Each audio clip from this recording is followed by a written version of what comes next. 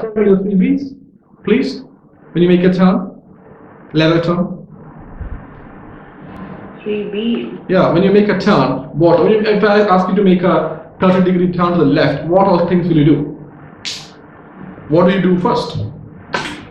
First, you're going to do bank. You bank. That's the first B. Right? When you bank, you should not skid or skip, and therefore you have to use your balancing system, which is your rudder. So you bank, so left bank, left rudder, right bank, right rudder, right? So you may bank left. While you bank, you have to apply your left rudder.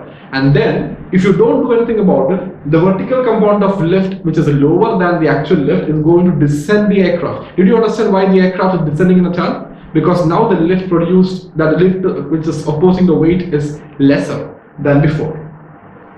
It's just the vertical component of lift alone. Therefore, to prevent that descent, what are you supposed to do? You have to give back pressure, which will prevent the aircraft from descending. Yeah, you use the elevators and you make a very slight pitch up attitude. If you overdo it, it's going to climb. Right? Now what happens when you actually increase the turn from 30 degree to 60 degree? When you make the aircraft bank more, the lift is going to incline more, and therefore the vertical component is going to reduce further. Now you have to pitch up more if you don't want to descend.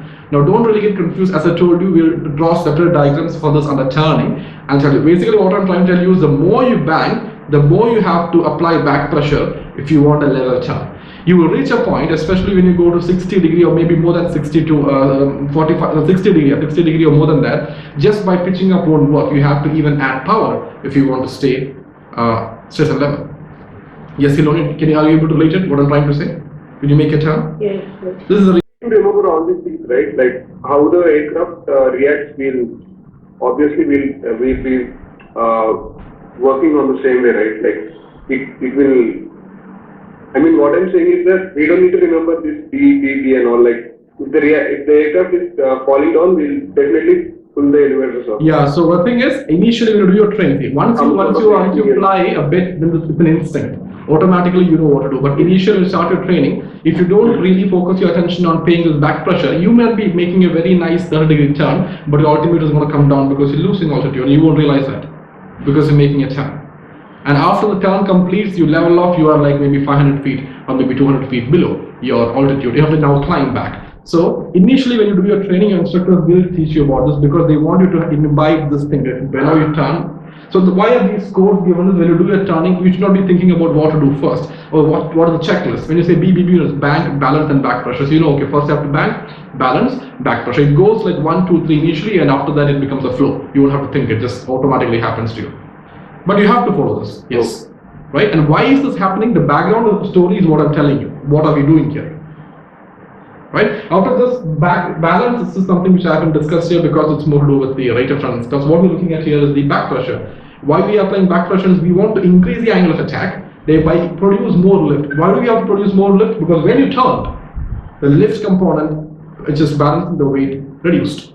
So you have to produce more lift now if you want to stay up. The more you bank, you have to produce more lift by pitching up. You reach a point where just pitching up won't really help you. You have to also add power at times. So you make a 60-degree turn, 70-degree turn, 90-degree turn. That's a very nice turn. So much of a power is required to actually stay. Otherwise you will descend. You can make the turn, but you will descend. Or that is why when you do your final approach, if this is a runway, you make a base turn, you make a turn to finals. Remember, you're very slow because you're coming for landing. And you make a turn now for the finals to align your aircraft to finals. You lose your lift because you're turning and you're very slow. And the aircraft is going to stall. This wing is going to drop. You're very close to ground and the aircraft is going to just straight. You're just 500 feet above the ground. So this is one of the critical areas where most of the accidents happen in a circuit. So it's very important you have the right speed and right bank. Do not overbank. So usually what happens is when you do a base turn, I think you're listening, right? So when you do a base, when you are on the base leg, if you have a very strong tailwind, and this is a runway, I'm supposed to make a turn here. I have to start turning here, only then I'll align here. Right? If I make a turn here, I'm going to overshoot the runway. And I'm going to have to come back now and align. Right? When you have a tailwind on your base, it's going to push you and you will reach your turning point quicker. than normal. If you don't pay attention to the tailwind of the waves, and if you turn at the normal place, what happens is you're going to overshoot the turn. Now, it's a normal tendency for us to kind of overbank because you badly want to get back to your runway. You don't want this thing to happen. Go overshoot, come back, and this is what you have to do. Do not overbank, just let it overshoot and correct it. If you're not able to correct it, go around. But if you kind of overturn, the lift component reduces significantly, and at a lower speed, yeah, it can't stop. With flaps and stuff, everything is there. It's very, very critical. That is why there are a lot of accidents which happen at the final turn because of the same reason. Right? Now, why are we talking about this here? Is how can I relate lift and weight here when you make a turn? Can I say lift is equal to weight in a turn? Which is more here? Wait. The weight is more. The weight is, it is not that the weight increased, it's that the lift reduced. Right? So here you can see lift is less than weight. Yes, Anuj, understood that? The lift is less than weight here. We're talking about the lift that is countering the weight, not this lift here. Looking about the lift that is countering the weight. The vertical component of the lift is less than the weight. Right? Now, how can you make a level turn? You can make a level turn if you increase the lift. Which lift are you trying to increase? You're trying to now increase this lift so that its vertical component will increase equivalently so that it can counter the weight. How will you increase this lift? By back pressure. When you put the back pressure, you are increasing the total lift, which increases the vertical component, and thereby now it becomes equal to the weight. This is the new lift solid LV1 here, and now we can see that LV1 is equal to weight, and the turn becomes a level turn. So what have we done here to maintain the level turn? We have increased the lift. What happens when lift increases? So we have increased the lift here deliberately. So what happens when lift increases? Your lift-induced drag is going to increase.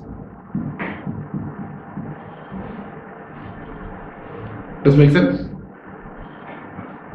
Do you understand, all of you? When you make a turn, the lift required, so the lift that is countering the weight reduces. So now the lift required is higher. So you deliberately increase the lift by applying back pressure or even power for that matter. And then when you increase the lift over there, the lift-induced drag is going to increase. This is another way of thinking about lift-induced drag when you make a turn as compared to a straight and level flight.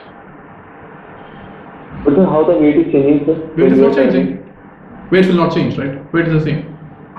Neglecting the fuel consumption, the weight is the same. Lift is reducing, but not the weight. Yeah. So what are we looking at? You're looking at the relationship of lift and weight here. Does it make sense? Right? So this lift to weight can be expressed as a ratio. Can you tell me what this is? The ratio of lift and weight is what is called as the load factor. Oh, yes. Because it affects the amount of load or stress that the aircraft is kind of experiencing. You learn about load factor in detail later, but look at what is the load factor in a straight and level flight, where lift is equal to weight. 1. Load factor is 1. What happens to load factor in a turn? Internal load factor, sir, it will increase. You see what happens to lift in a turn? The weight is not changing. So what happens to load factor? It will drop below 1. Right? So load factor is less than 1. If you want to maintain a straight level turn, you have to make the load factor 1 by increasing the lift, by applying back pressure or power, and that increase in lift is causing an increase in lift-induced drag.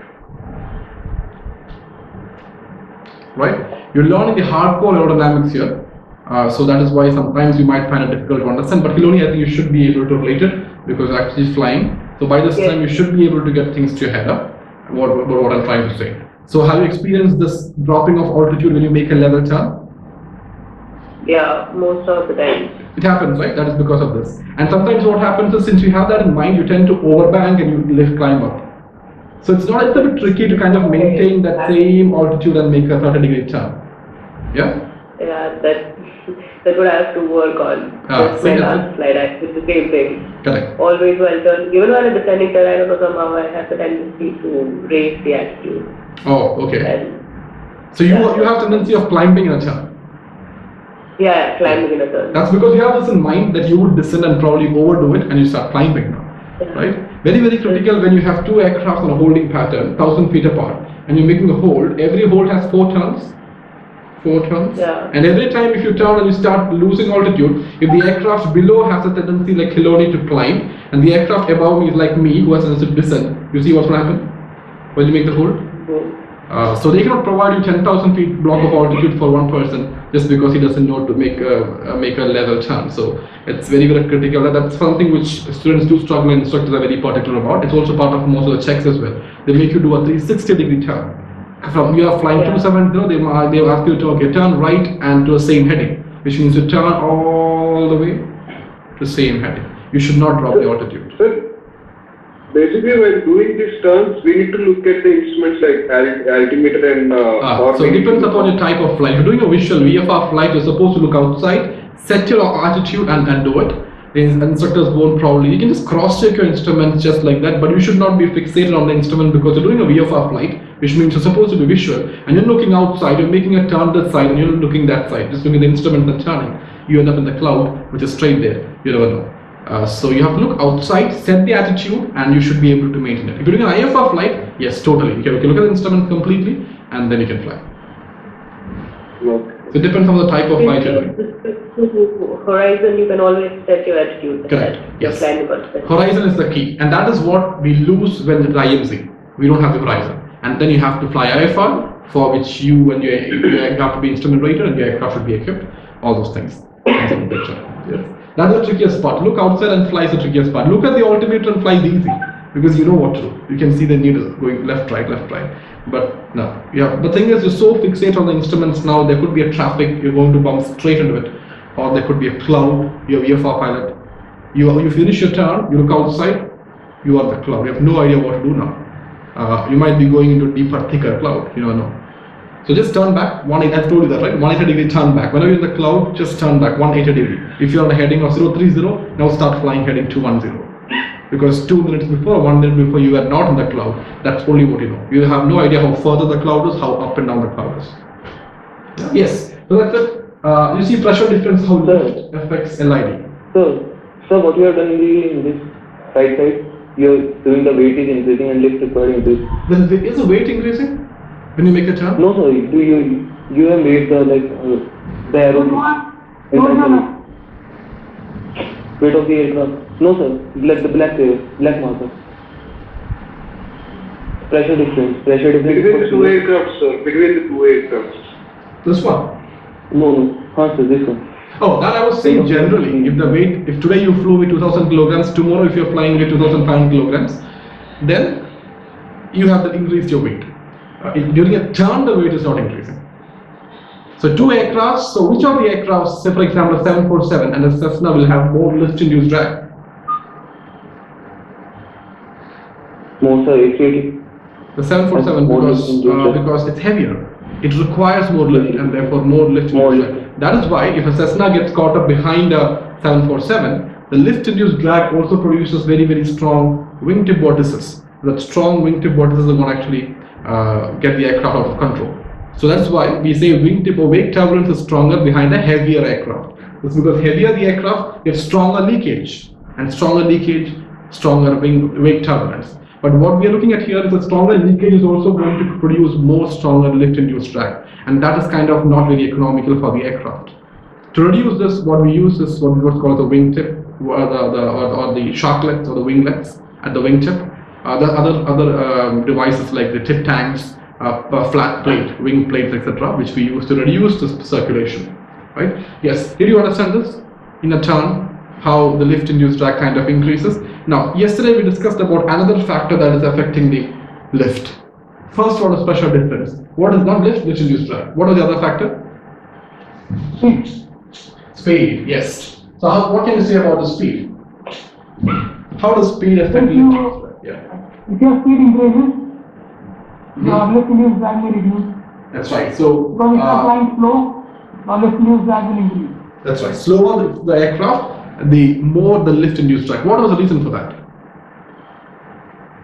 Because it is getting a proper time to That's right. get a circulation of that. Correct. So slower the aircraft, more the time for the leakage to actually complete the circulation. So time is the factor there, right? I'll explain once again that. So this is the coefficient of drag, induced drag, CDI.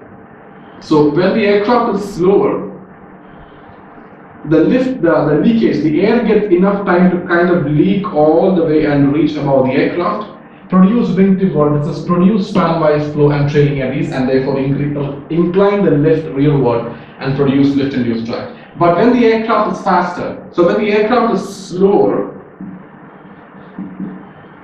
what you have is more time. And then when the aircraft is faster, what you have is less time. So wingtip vortices do not get enough time to actually complete the circulation. Right? Now what happens when the wingtip reducers become weaker?